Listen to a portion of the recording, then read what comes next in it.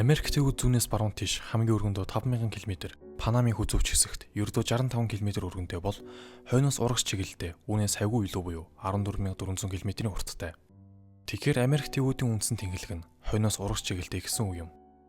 Америктай харьцуулахад богино гэлээ Африк төвч мөн хойноос урагш тэнхлэгтэй. Харин үүний эсрэгээр Евразийн үндсэн тэнхлэг нь баруунаас зүүн рүү чиглэнэ. Төвүүдийн тэнхлэг нь технологи, гэршүүлсэн амтан, бичиг хүсэг хийгээд хөдөө аж ахуйн тархалтанд өндөр ач холбогдолтой байдаг. Газар зүүн энэхүү онцлог нь сүүлийн 500 жилийн хүний түүхэнд чухал нөлөө үзүүлсэн байна. Хүн сүлдрэл нь хараад ус бие даасан байдлаар 5 бүс нутагт эхэлжээ. Ингэхдээ баруун өмнөд Аз буюу ойрхон орондоос Европ болон өмнөд Африк руу, мөн Хятадаас зүүн өмнөд Аз болон Япон солонгос, Месоамерикаас Умард Америк хүртэл тархсан байна. Хүн сүлдрэл анх үүсгэхэд бүс нутгууд өөр хоорондоо харилцан адилгүй байсны нэгэн адилаар түгэн тархалтанд ч мөн адил ялгаа гарчээ. Учир нь тармил ургамал, тижимэл мал амьтны түгэн тархсан хурд нь харилцан адилгүй байдагт тэнглэгийн босоо хөвтэй чиглэлээс хамаарч ихээхэн сад үүсдэг. Жишээ нь баруун өмнөд Азийн үндсэн тармил ургамал, тижимэл амьтдын ихэнх нь баруун тийш Европ руу, зүүн тийш Индийн хүндийг хүртэл төгрөн тархсан ч Андын нуруу хавийн тижимэл хөвгтэй амьтдын нэг нь ч Колумбас өмнөх Месоамерикт хүрээгүй юм. Тэгвэл хоёр Америк төв болон Африк төвд ямар учир шалтгааны улмаас хүн сүлдэрлэл Евразиохоос илүү удаан бэрхшээлтэйгээр тархсан бэ? Евразийн гол тэнхлэг нь өрнөд орнод гэсэн чиглэлтэй төдийгүй уг твийн байгаль орчин газар зүүн саад бэрхшээл нь төдийлөн бага учир түгэн тархалтанд хялбар хурцтай явагджээ. Харин үүний эсрэгээр Африкт, ялангуяа Америк төвүүдэд уг твүүдийн гол тэнхлэг нь умард өмнөд чиглэлээс мөн газар зүй байгаль орчны саад бэрхшээл ихтэйгээс үүдэн илүү удаан явагджээ. Эрт цагийн шинэ гивнэдч түгэн тархалт хялбар явагдаагүй. Атра ихтэй газрын гадаргуй, гол нуруу мэд хүнэлсэн өндөр уул нуруу нь улс төр хилний нэгдэлт хүрэх чухал халхмуудад цаад хийжээ. Тэв доторх түгэн тархалтанд нөлөөлөх эдгээр шалтгаантай холбоотой өөр нэг шалтгаан бий. Тэр нь гэршүүлсэн амтан, ургамал, технологиос бүрдэх орон нутгийн санг бий болоход тустай төвүүд хоорондын түгэн тархалтад цаад болсон шалтгаан юм. Зарим тэв бусдтайгаа харьцуулахад илүү аслагдаж тусгаарлагдсан учраас төвүүд хоорондын түгэн тархалтанд харилцан адилгүй байжээ. Сүүлийн 6000 жилийн дотор олд нээлтүүд Евразиас Сахарын зүлэс урагш Африкт тун хуртай түгэн дарахаж Африкийн тижимэл амьтдын ихэнх нь Евразиас ирж нутагссан байна. Гэтэл эдгээр олд нээлтүүдийн түгэн дарахалт нь Америкийн уугуул иргэдийн нарийн боловсронгуй нийгмүүдэд юр ашиг тусаа өгсөнгүй. Америк төвүүд нь номхон далаагаар мөн зөвхөн амжилт төвчдийн нийгэмдэл тохиромжтой цаг ураар тусгаарлагдж байлаа. Австрали тивийн хувьд Евразиас Индонези ултрын усан садар тусгаарлагдаж уг твээс Австралид оруулсан хувь нэмэр нь ердөө динго нохоотуудыг болж таарав. Сүүлийн хүчин зүйл нь твүүдийн газар нутгийн хэмжээ, хүн амын тоогоор ялгаатай байдал. Их газар нутагтай хүн ам олонтой байна гэдэг нь аливаа нээлтийг хийх санаачлагчид төрөх магадлал, өөр хоорондоо өрсөлдөөнтэй нийгмүүдийн тоо, нутагшуулах ололт нээлтийн тоо их байна гэсэн үг. Түнчлэн ололт нээлтгүй нийгмүүд бусад нийгэмдээ шахагдах магадлал өндөртэй учраас хөгжил дэвшлээс хоцролгүй, шинийг өөрөмсөөлөх дарамтшилт их байна. Америк тивийн хувьд газар нутгийн хэмжээ том байж болох ч байгаль орчны саад бэрхшээл ихтэй өөр хоорондоо их тусгаарлагдсан шалтгаалж ямар ч харилцаа холбоо хөгжсөнгүй. Африкийн иргэд Европчуудаас илүү оюуны потенциал муудад маргалаж болох ч Африкийн байгаль орчны саад бэрхшээл нөхцөлийн хувьд маргах шаардлагагүй. Ямар ч хүний нийгмүүдэд шинийг санаачлагч, бүтээлч хүмүүс бийж хүрээлэн буй орчны нөлөө нь тэрхүү чадвараа ашиглах бололцоог нэмэгдүүлдэг. Энэ мэт өөр хоорондоо өрсөлдсөн нийгмүүдийн тоогоор хамгийн өндөр нь Еврази төв бол хамгийн идэх муугаар Австрали төв тооцогддог. Тэгвэл Еврази дотроо яагаад ойрхот орнууд, Хятад эсвэл энэтхэгийн нийгмүүд биш, Европын нийгмүүд улс төр эдийн засгийн хувьд бусдаасаа хавьгүй хөгжиж, колоничлогчийн байр суурьд хүрсэн бэ? Угтаа 100000 гаруй жилийн өмнө Европын нийгмүүд бусдаасаа хавьгүй хоцрогдлоо. Нийтийн тооллын 8500 оноос нийтийн тооллын 500 оны хүртэлх хугацаанд амтан гэршүүлэх, ургамал таримлжуулах, бичиг хүсэг хийгээд анхны төр тус зэрэг олд нээлтүүд бүгд ойрхот орнод хөгжижээ. Нийтийн тооллын 1000-аас 1450 онуудад ч шинжлэх ухаан, технологийн урсгалын чиглэл нь энэтхэхгээс исламыг дэмжин Европт хүрдэг байлаа. Тэгвэл ойрхот орнод болон Хятадын хөгжил хэдэн мянганы турш тэргүүлж байсан уралдаанд хэрхэн Европт гүйцэгдсэн бэ? Ойрхот орнодын тухайд гэршүүлэх боломжтой амтан, ургамлын төрлүүдээс ихтэйгээс өөр давуу тал байсангүй. Нийтийн тооллын өмнөх 4000-нд ойрхот орнодын төр тусууд байгуулагдсны дараа хүчний төвөнд Вавилон, Хет, Ассир, Перси эзэнт гүрний хооронд нэгээс нүүрүү шилжиж байлаа. Харин нийтийн тооллын өмнөх 4-р зууны төгсгөлд агуу Александр гарч ирснээр хүчний төв нь эргэл буцалтгүй баруун тийш илбэх сөрийг тавьсан байна. Үүгээр зогсохгүй нийтийн тооллын өмнөх 2-р зуунд Ром эзэнт гүрэн Грекийг эзэлснээр Европчуудын давамгайл бүр илүү тодорхойлжээ. Хүчний төв үеийнхүү шилжсэн шалтгааныг ойрхот орнодын эртний байгаль орчин ямар байсныг мэдснээр ойлгох юм. Одоо цагт ойрхон орнын газар зүйн онцлог гэхэд юун төрөнд илэрхэг зүйл санаанд бухан мэдээж ирэг. Гэвч эрт цагт ихэнх нутг нь ой модрох бүрхэгцэн байв. Харин яагаад ийм хойр ажилттай болсныг газар тариалан эрхлэх зорилгоор моддыг нь ихээр огтсонтой холбон тайлбарладаг. Бас нэг шалтгаан нь эртний Набатай нийслэл Петра хотын ойролцоо үлдсэн сүүлчийн ойг нь Османы эзэнт гүрний туркууд төмөр зам барих явцдаа устгажээ. Хурд унтас багтай хэрнэ ийм тэнэгэл үлдсэн нь экологийн хувьд амиа өвдгсөн хэрэг болов. Энэ шалтгааны улмаас хайгуу төрүүлж гараанаас гарсан ойрхон орнын хөгжил Европчуудад гүйцэгджээ. Өнөөдөр Америкийн нэгдсэн улс, Норвег гэх мэт хамгийн баян улс орнуудын иргэний дундаж орлого нь Танзан, Йемен зэрэг хамгийн ядуу орны иргэний дундаж орлогоос 400 дахин их. Яагаад зарим орн баян, зарим нь ядуу байдаг вэ? Үүнийг хоёр улсын жишээгээр тайлбарлая. Нидерланд улс нь урт өвөл, богино зунаас үүдэж жилдээ ганцхан удаа тариалангаа сургац авдаг. Энэ улсад байгалийн баялаг байхгүй. Нутгад дэвсгэр нам дор учир цахилгаан станц барих боломжгүй. Тиймээс эрчим хүч үйлдвэрлэх газрын тус нүүрсээ гаднаас импортлдог. Түүнчлэн аюул занал хийл учруулах үеэс Герман улстай хэллэж нийт нутгийн 3/1 нь далайн түвшнээс доор байдгаас дүгнэхэд хөгжих туйлын боломжгүй мэт харагдана. Харин Замби улсыг харуул Замбезийн мөрөнд барьсан 10 том усан станцуудаас цахилгаан үйлдвэрлэдэг. Тэдгээр усан станцууд нь маш их эрчим хүч үйлдвэрлэдэг учраас хөрс сэргэлдэх улсууд руугаа эрчим хүч экспортлдог. Мөн байгалийн нөөц аримтайгаас гадна дулаан цаг уран газар тариалан төхөөрөмжтэй. Үүн дээр нэмж дурдвал аюул занал хийл болох үс хүршгүй доктортой ардчилсан улс юм. Энэ бүх жишээн дээр үндэслэн тус улсуудын дундаж иргэний жилийн орлогыг таах гээд үзье. Хариулт нь Нидерланд улсын дундаж иргэний орлого Замби улсынхаас 33 дахин их. Нидерландын иргэний жилийн дундаж орлого нь $49,000 бол Замби улсынх ердөө $1,500. Байгалийн баялаг улс орныг баян болгоход хангалтгүй юм бол чухам юунаас хамаардаг вэ? Зарим эдийн засагчид улс орон баян чинэлэг байдалд хууль эрх зүй, институттэй холбон тайлбарладаг. Төд удалгүй авч хэлцэх 2 дахь номд хөгжил хүч хэрэгжилтийн шалтгааныг яг энэ талаас нь тайлбарсан байдаг. Харин Даймонд өөрийн номд инхүү тэмдэглэжээ. Аливаа нарийн боловсронгуй тогтолцоог тайлбарахыг оролцсон хэн хүний ундаг тэрхүү өөрхөнд буюу зөвхөн нэг л үнцгийг тайлбарлах цор ганц хүчин зүйлийг бүхий л үр дүн тайлбарлах мэдээр ойлгох гэсэн тэрхүү алдааг ихэнх эдийн засагчид гаргадаг.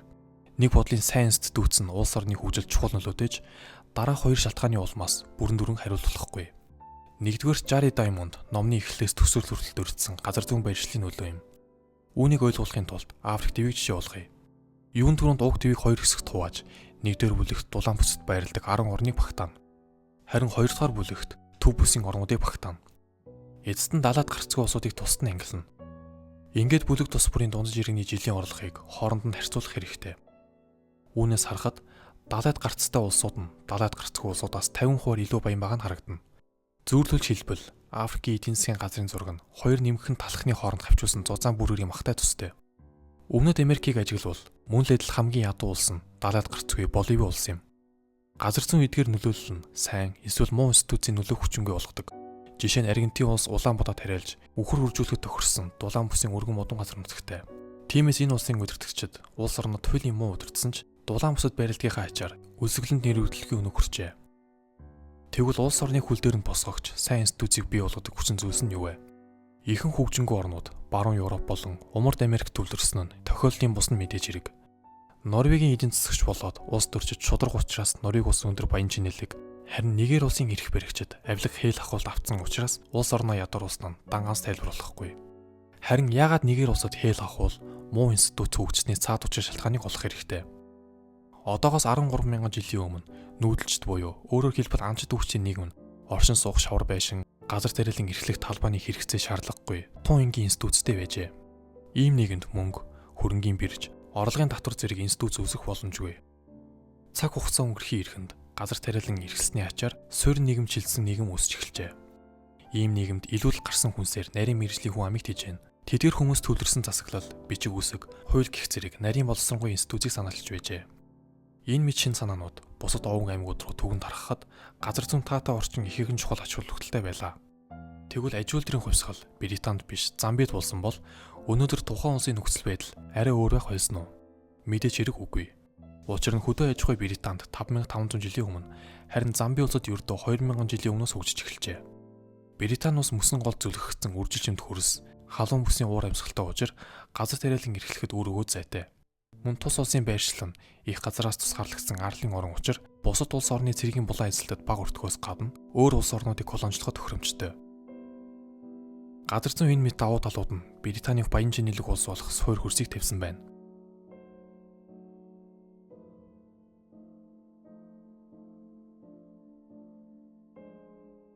Энэ газрын зургаас гарч байгаачлан Ноголис гэх нэртэй гот хоёр улсын заг дээр оршино.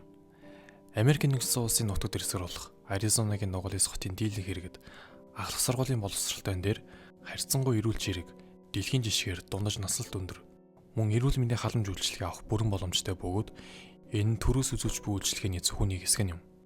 Америк нэгдсэн улсын бүхий л хотуудтай холбогдсон автозамын сүлжээ, мөн хууль зүйн үйлчилгээ авах бүхий л нөхцөл бүрдсэн ажээ.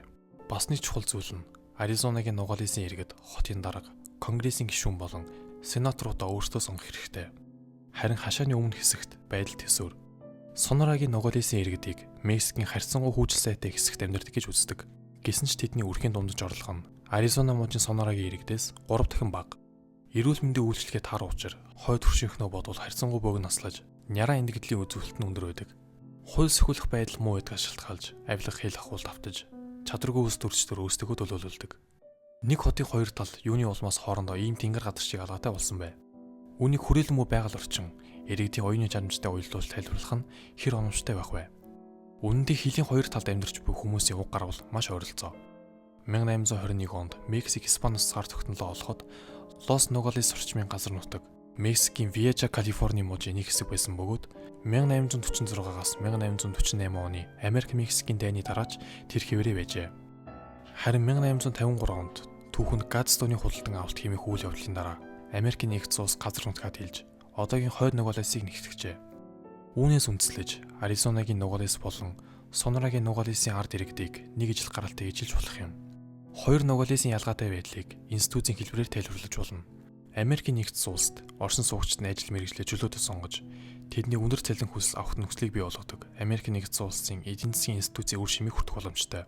Мөн ардчлалын үйл явцад оролцох, төлөөлөл сонгох боломжийг олгосон төрийн институттэй. Харин Сонорагийн Ноголист байдал эсрэгээрээ хоёр хотын ялгаатай институтууд ийм зэрэг үүсэх гол хүчин зүйл нь болжээ.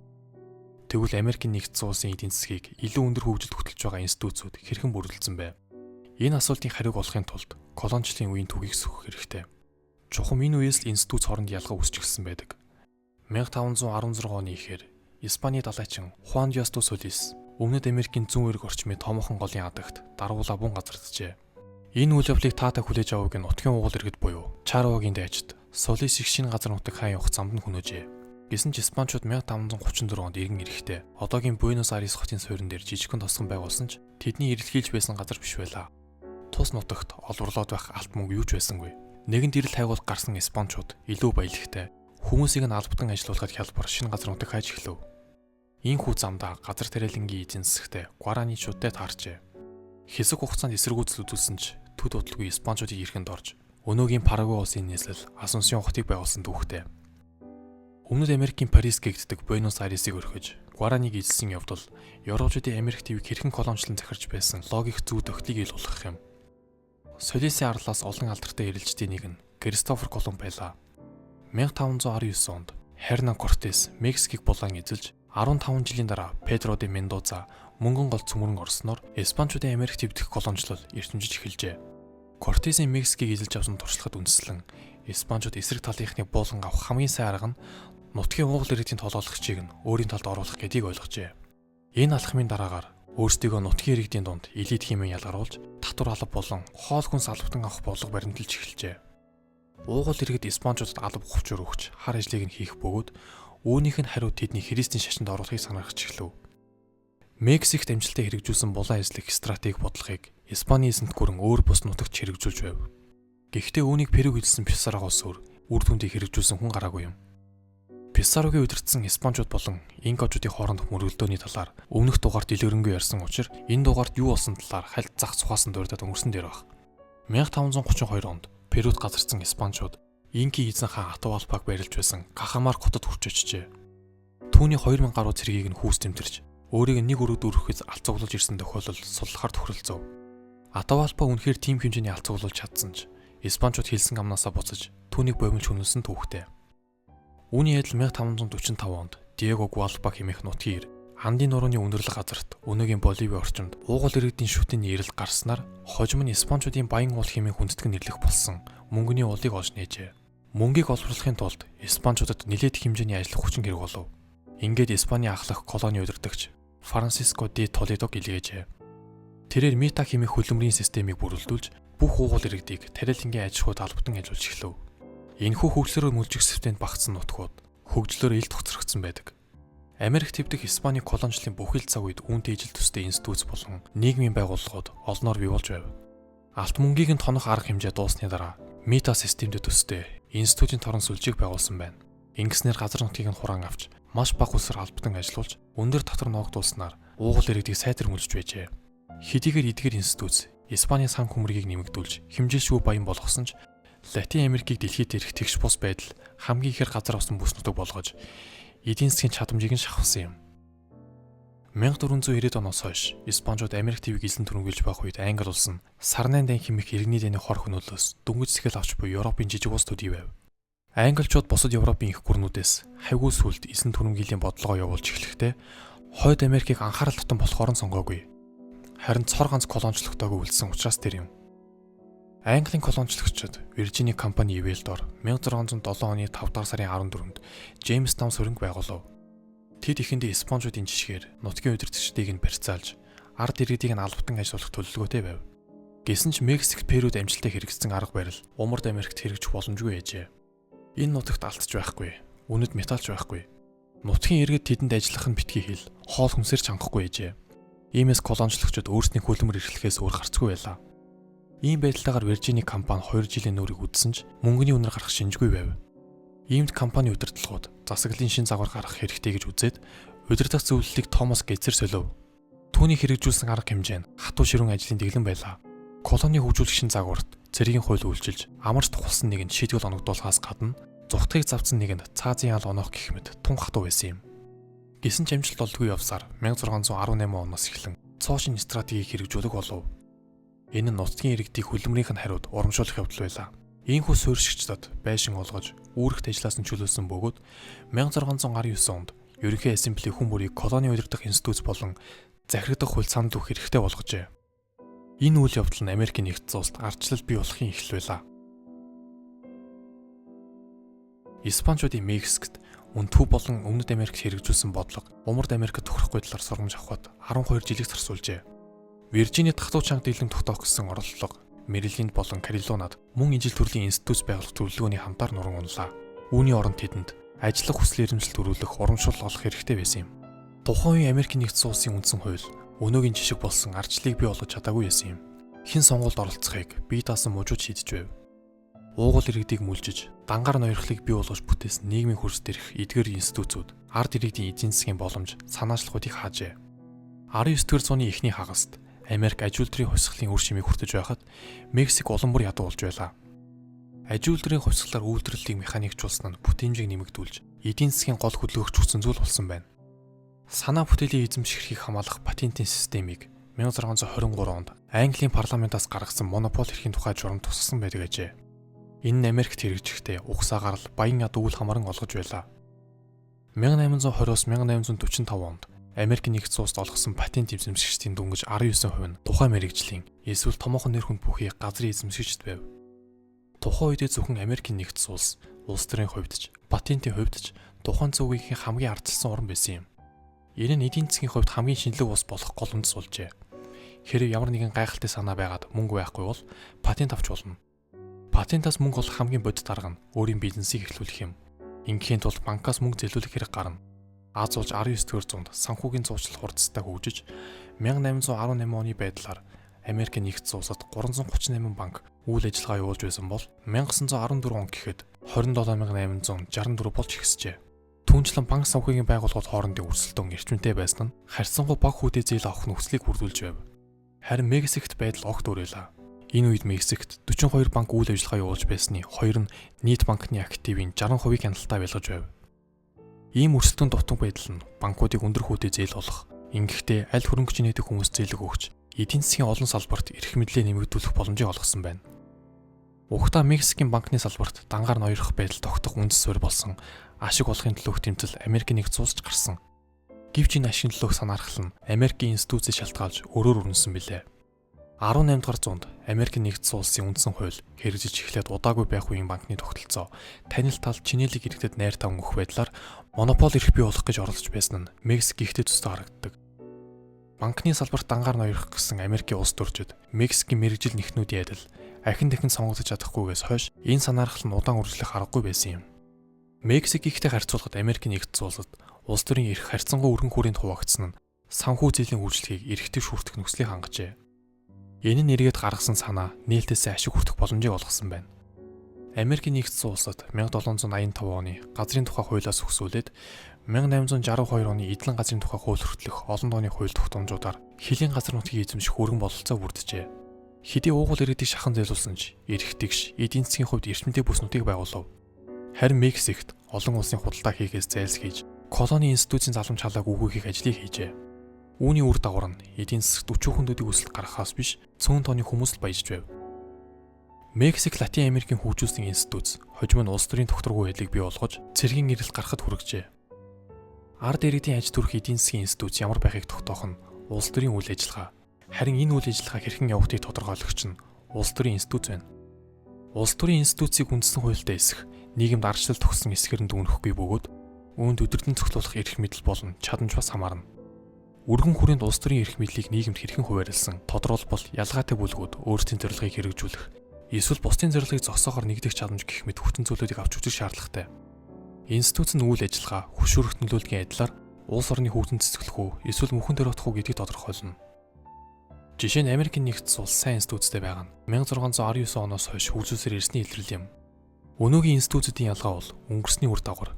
Учир нь нийгэм тодорхой зохион байгуулалтад ороход цааш тэр хандлага барьдаг байна. Өнөөдөр бидний эргэн тойронд буй хөгжил сэтгэлтийн загварт доктортой шинж байгаач огт өөрчлөгдөшгүй гэсэн үг биш юм. Нэгдүгээр дэлхийн тэгш бус байдалд амжирсан явдал аж үйлдвэрийн хувьсгалын дараагаар буюу 18 дугаар зууны сүүл үеэс ихтэй. Хоёрдугаарт улс орнууд сүүлийн 10 жилд хурцтай хөгжсөн. Гэхдээ Африкийн орнууд баруун Европ шиг эдийн засгийн өрсөлдөнд хүрч чадахгүй хэрнэ Зүүн Азийн орнуудын хөгжил сум шиг хурдан байгааг хэрхэн тайлбарлах вэ? Үүний шалтгааныг тайлбарласан нийтэр хүлээн зөвшөөрөгдсөн нэг онол нь газар зүйн таамаг юм. 18 дугаар зууны сүүл үеэр Францын алдарт улс төр судлаач Монтескью хөгжил сэтгэл болон ядуурл газар зүйн байршлаас ялгаатай байгааг анзаарч улмаар тус тайлбарыг гаргасан юм. Тэрээр халуун орны хүмүүст залхуурах хандлага ажиглагдаж сониун санд утагталтай байдаг хэмээн тэмдэглэжээ. Үүний үр дүнд шаргуу ажиллаж шин зүйлсийг зохион бүтээхдээ маруухан байсан гэдэг. Орчин үед ууг онол хоёр нэмэлт санааг төвшүүлсэн нь халуун оронд дэгдэг хүчин нь хөдөлмөрийн бүтээмжинд цөрөн нөлөөтэй. Хоёрдугаарт халуун орны хөрс газар тариалан эрхлэхэд төдийлөн үржил шимтэй ус байдаг ажээ.